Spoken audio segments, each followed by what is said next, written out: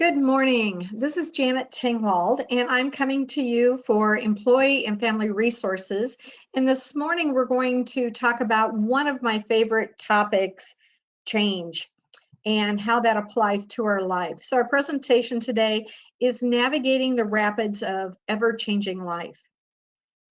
And just, thinking, I know I can't see you, we can't see each other, I can't see the show of hands, but just, I'm sure there's some of you that have went whitewater rafting and can maybe relate to the picture that you see. And as you may or may not know, the rapids, whitewater rapids, are categorized by 6 levels, 1 being calm water, and 6 being they close the river. Well, today we're going to talk a little bit about how that applies to our life, and wow, has 2020 ever been like riding the rapids of life when it comes to navigating change. So today we're really looking to wanting to increase your confidence and your competence in managing the human side of change. What does that mean? The human side of change, how is that different?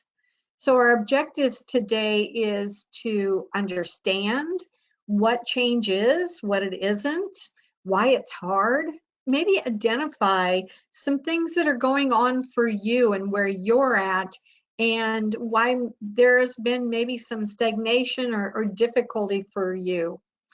Exploring different stages and how you can move through them, and how to cope.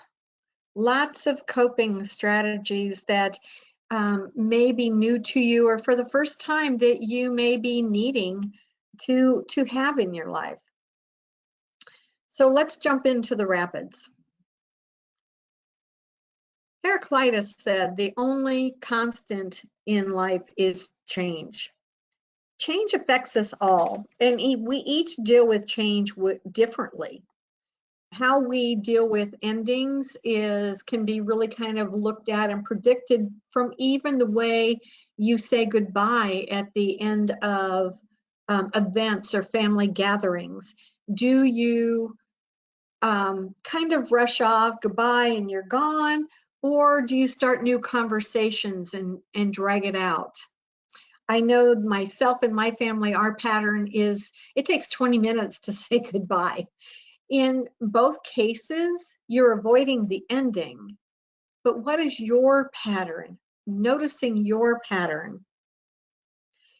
But whatever that pattern is, change is a constant in life, and it's the only thing we can be sure will happen. What I have found is to expect and understand change has really helped to bring me hope during challenging or unexpected life events, when maybe the last thing I wanted was change. I've had a few of those in my lifetime. I've come to realize it's not the circumstances or the changes that dictate how my life will go, but it's actually rather how I handle those changes and disruptions. And no matter what the change is that we experience, it's how we embrace and process that change that will forever impact how we're able to live with that change.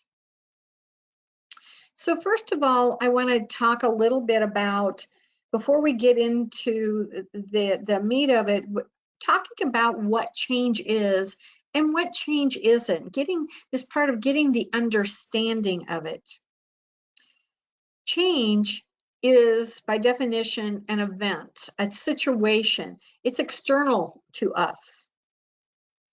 As you can see, something old stops and something new begins. That's the change that happens. Transition, on the other hand, is our emotional adjustment to that change. So let me give you a little exercise, a little visceral experience, physical experience of what that's like. So I'm going to ask you to do a little exercise with me. So I'm just going to trust that you're going to follow along and do this with me. And we're going to experience change and transition. So the first thing I'd like to have you do is to fold your arms in front of you.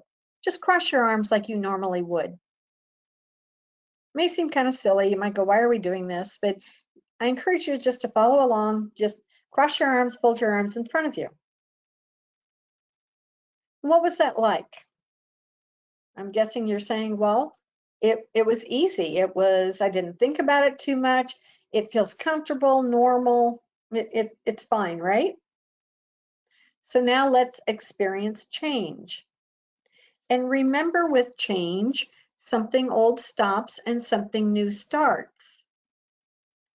So I want you to, something old stops, drop your arms to your side, and then something new starts. I want you to fold your arms again, cross your arms in front of yourself again, but only do it differently this time. Switch the way you folded your arms. If you're like most people that I do this with, even myself, I have to stop and think about it for a few minutes. It feels uncomfortable. I'm not sure which to do. I have to do it the old way and then do it the new way. So you feel some discomfort in that transition. For some of you, it was pretty easy. For others of you, it was like, oh my goodness, forget it, I'm not doing this. I've had that happen. But it's the emotional adjustment to the change. Just even in this simple exercise of folding our arms in a different way brings about an emotional disruption, a discomfort. That's what we're talking about, is the transition. And that's what actually keeps many of us from moving forward. According to William Bridges in Change and Transition Management, there are 3 parts to transition. Remember, change is just something stops and something starts. Transition, on the other hand, has 3 parts. There's endings, then there's neutral zone, and there's new beginnings. Now, new beginnings is not when something new starts. New beginnings is different. So endings, our type got a little compressed in the transition from in this change of slides. So endings is actually what this says. It's a loss. It's about letting go. Something has stopped. So acknowledging the loss and being able to let go of it. The neutral zone is that time of confusion, chaos. You know, we've had so much to adjust to in 2020. It's like, what's going to happen next? How is this going to look? How are we going to navigate all of this? But it also became a time of exploring and being creative that brought about many realizations that we could do something different.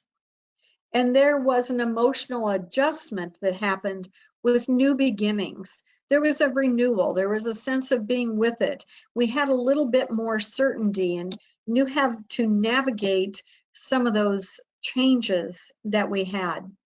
So those are the 3 phases with that. Now, if we don't navigate these things, we can be much like this raft and all these people that are slammed up against this wall and going, oh my goodness, how am I going to get out of this? Now, the thing that is important about this is that the truth is that every transition begins with an ending. We have to let go of the old things before we can pick up and move on with new, not just outwardly, but inwardly. So why is letting go so difficult? Why are endings so difficult? Well, that's what we're really going to focus on today, is really taking apart endings. Because if you don't end, it's really difficult to move on, right? You just are slammed up against the wall. And I want to give you an example of how important I learned endings are. Interestingly enough, as I took this training, 17 years ago, I got divorced and moved from Boone to Des Moines. Excuse me, I just need a little drink here. Excuse me. Moved to Des Moines, and everything in my life, except for my family and friends, everything changed. Routines, structures. I even went from working and went to having my coaching business full time. And when I had been in Des Moines for a while, I decided to buy a home rather than renting. And I purchased a potentially 5-bedroom home, 2-story, beautiful home, loved it. And but it was just me. And people would say to me, well, Janet, why are you living in this big house? And I said, well, I need to provide a home for my children. Oh, okay. So the years go by, and about 5 years in, I came home from a training on the William Bridges training on change and transition management. And I was sitting in my family room and just kind of in the quiet, and a voice in my head, because I talk to myself sometimes, said to me, Janet, why do you live in this big house? And I replied, as I thought, well, to provide a home for my children. And the other side said, they haven't lived with you in 5 years. Because of this training and because of looking at what endings really are, I realized in that moment that I had not processed empty nest. Because one of the things that happened when I got divorced and moved to Des Moines, in that time, my youngest graduated from high school and went to college. I hadn't processed empty nest. I hadn't honored that ending. So interestingly enough, even though it was 5 years later since the change had happened, I then went into the emotional adjustment, excuse me, to that change of empty nest, and grieved the empty nest. So that's the important part of really understanding and identifying changes or endings for yourself. So today we're going to go through 4 parts of endings. We're going to look at disengagement, disidentification, disenchantment, and disorientation, and how they all apply to endings. So let's start with disengagement. Disengagement, this year, as we've talked about, has brought about many changes that were challenging, even difficult to many.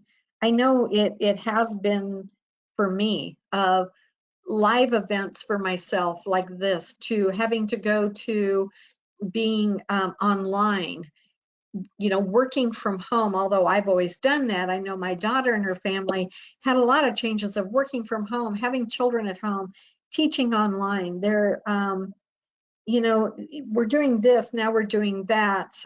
So many changes that even adapted to that we felt threatened our safety.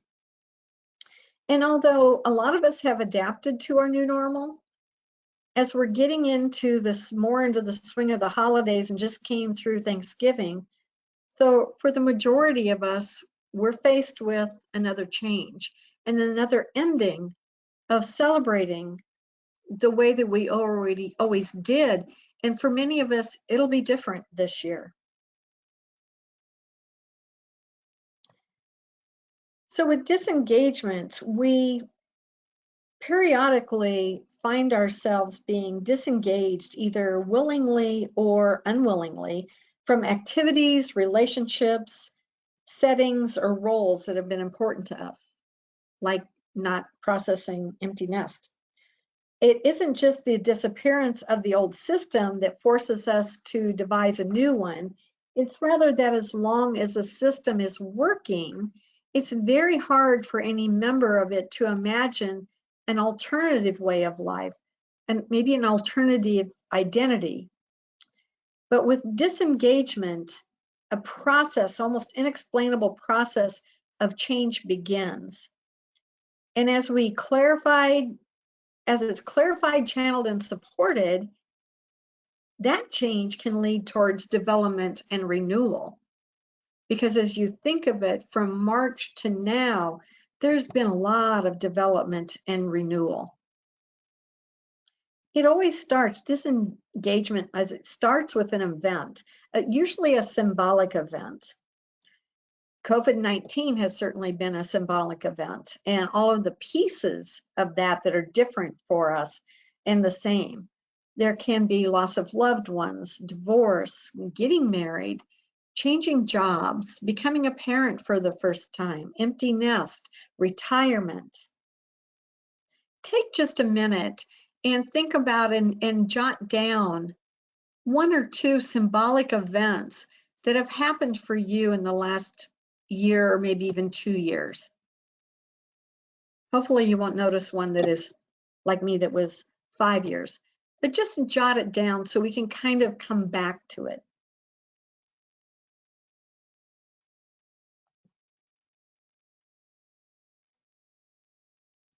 So let's look at disidentification next, now that you've got your event.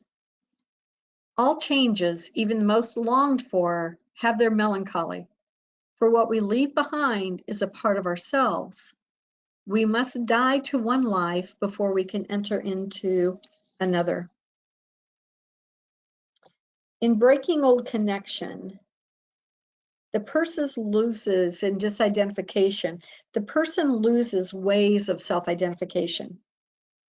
Job loss and divorce can be some of the hardest, a couple of the hardest. No longer being the VP or the boss, no longer being a husband or a wife. The old identity stands in the way of transition and transformation and self-renewal. When I finally realized I hadn't processed empty nest and did, I sold my house and bought something that was really more appropriate for me and my lifestyle at that time. It's kind of like moving into what the quote that you may have heard, I ain't what I ought to be, I ain't what I'm going to be, but I ain't what I was. So there's a disidentification that happens as a part of endings. It's important to remember the significance of this and the needs to kind of to let go and to transform who we think we are so we can go through that transition to a new identity. And it can even be a good one. There was one time I coached someone who went from being a manager and a peer to being the chief medical officer. It was a fabulous opportunity for him. But there was a disidentification of moving from who he was and disengaging from that role to now who he was going to be able to step into that role of leadership. So it's not always bad things. It can be good and exciting things that also can throw you for a little loop as you step into that new role. The third one is disenchantment. Whether it's a minor disappointment or a major shock, it's a signal that things are moving into transition. The discovery in some way that one's world is indeed no longer real. Our lifetimes have many examples of disenchantment, like realizing there's no Santa Claus, that an idol was not who you thought they were, an organization that maybe betrayed your trust. Just to kind of name a few, we all have our own. And worst of all, those times when you yourself turned out to be what you said and even believed you were not. Disenchantment only occurs, though, because we first had the courage to trust and believe. So maybe look at thinking about what your symbolic event was and where are you with your disillusionment and disenchantment? Are you disengaging? because those transition, many of them not only involve disenchantment, they begin with it. I know when I got divorced, my disenchantment started when I came home from a training and drove into the driveway of the farm where we lived, and it hit me. It was disenchanted at that moment that this was no longer my home, that I no longer lived here. Now, I had quite an emotional adjustment to that disenchantment. And like other aspects, it can take a while to see this experience as meaningful, but I get it now. It begins with the discovery that in order to change, and not just change positions, you must realize that some significant part of your old reality was maybe in your head, that it was out there. I was still hanging on to my old life, and in that moment, it actually hit me that the divorce and the disengagement, disidentification were real. If we lack perspective on such life experience, however, we miss the point and simply become disillusioned. The disenchanted person recognizes the old view as sufficient in its time, but it isn't now. On the other hand, a disillusioned person simply rejects the earlier view. And I think one of the most apparent ways that I know that I've done myself, and I see it in clients, is in romantic relationships, in that we change partners, but the person doesn't really change. I often explain it as the package is different, but the contents are the same. That's a disillusioned person. You leave unchanged. You still have your old enchanted view of relationships. The disenchanted person really does move on. They get it, and they really change what they from their past. The disillusioned person just goes through the play again with new actors. It's like they're on a quest for a real friend, a true mate, or even a leader that they respect and trust. But because they're disillusioned, the quest only goes around in circles, and real movement and development don't happen.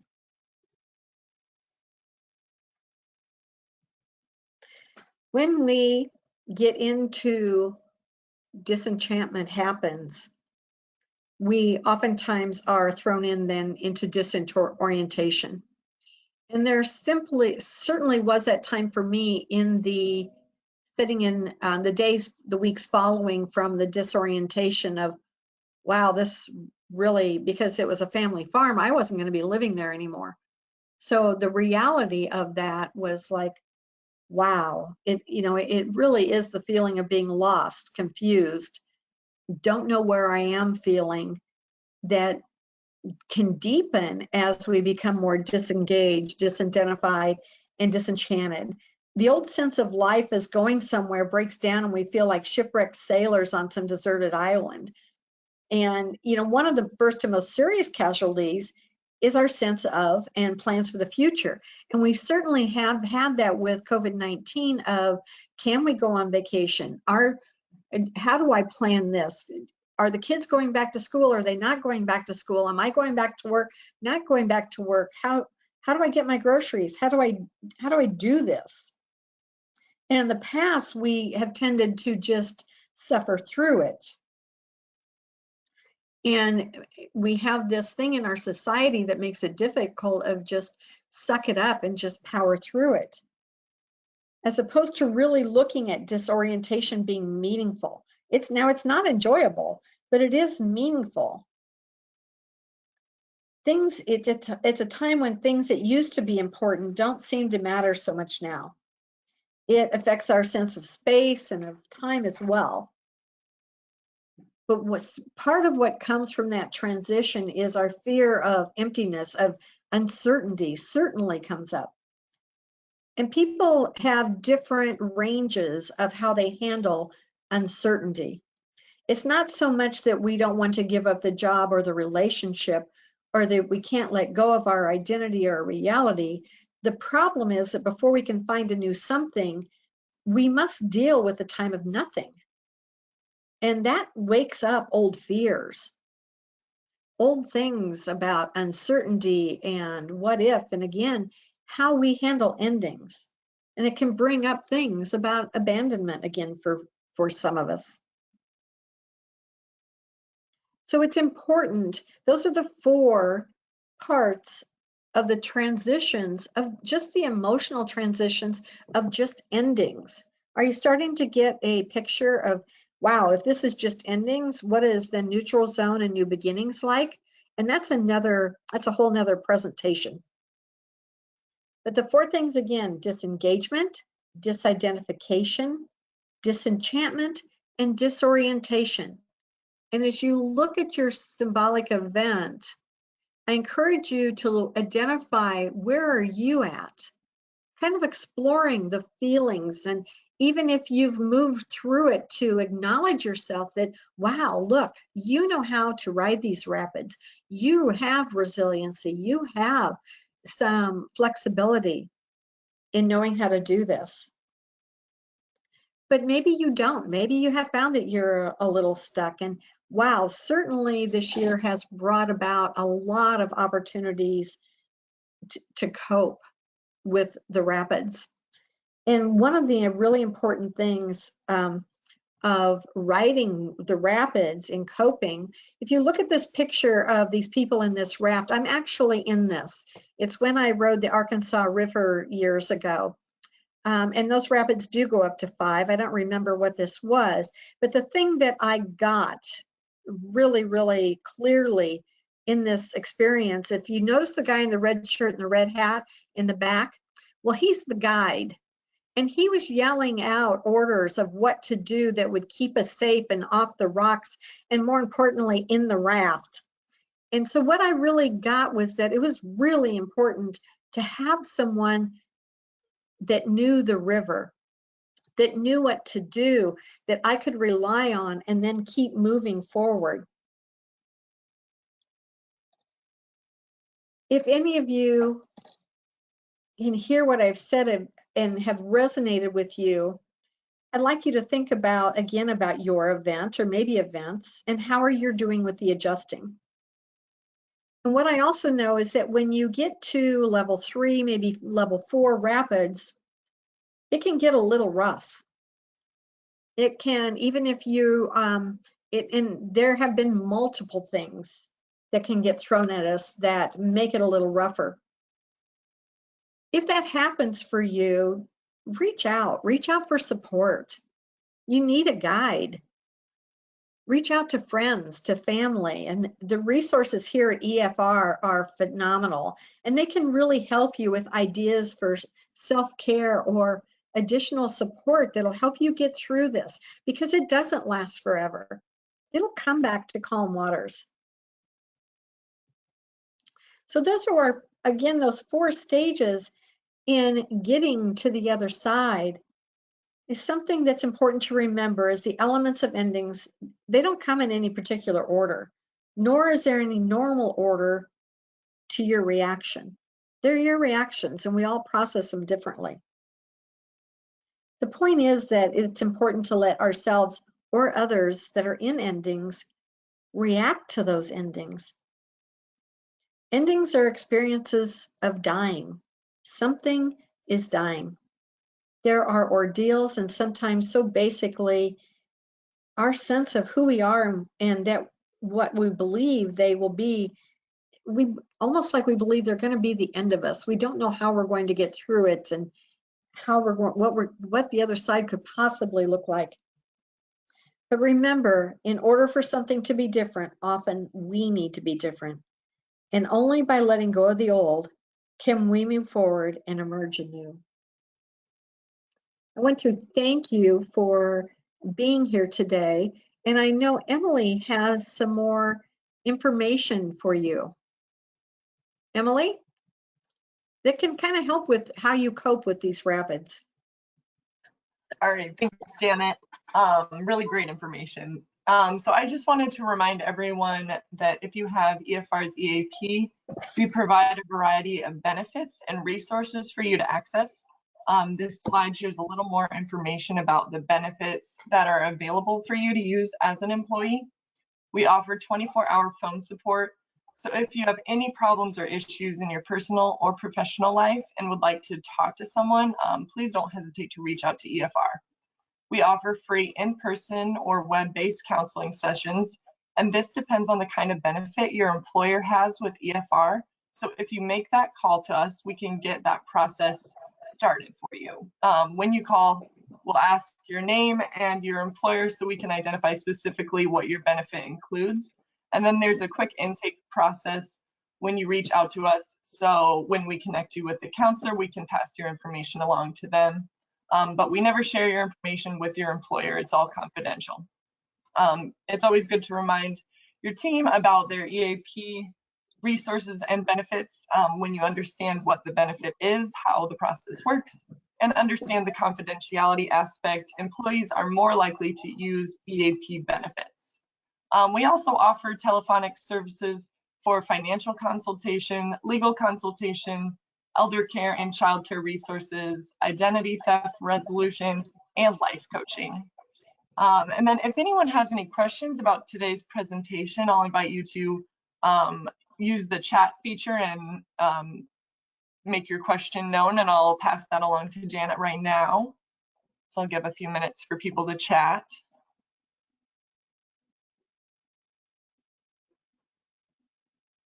Yes, please let me know if you have questions. I'd love to answer them for you.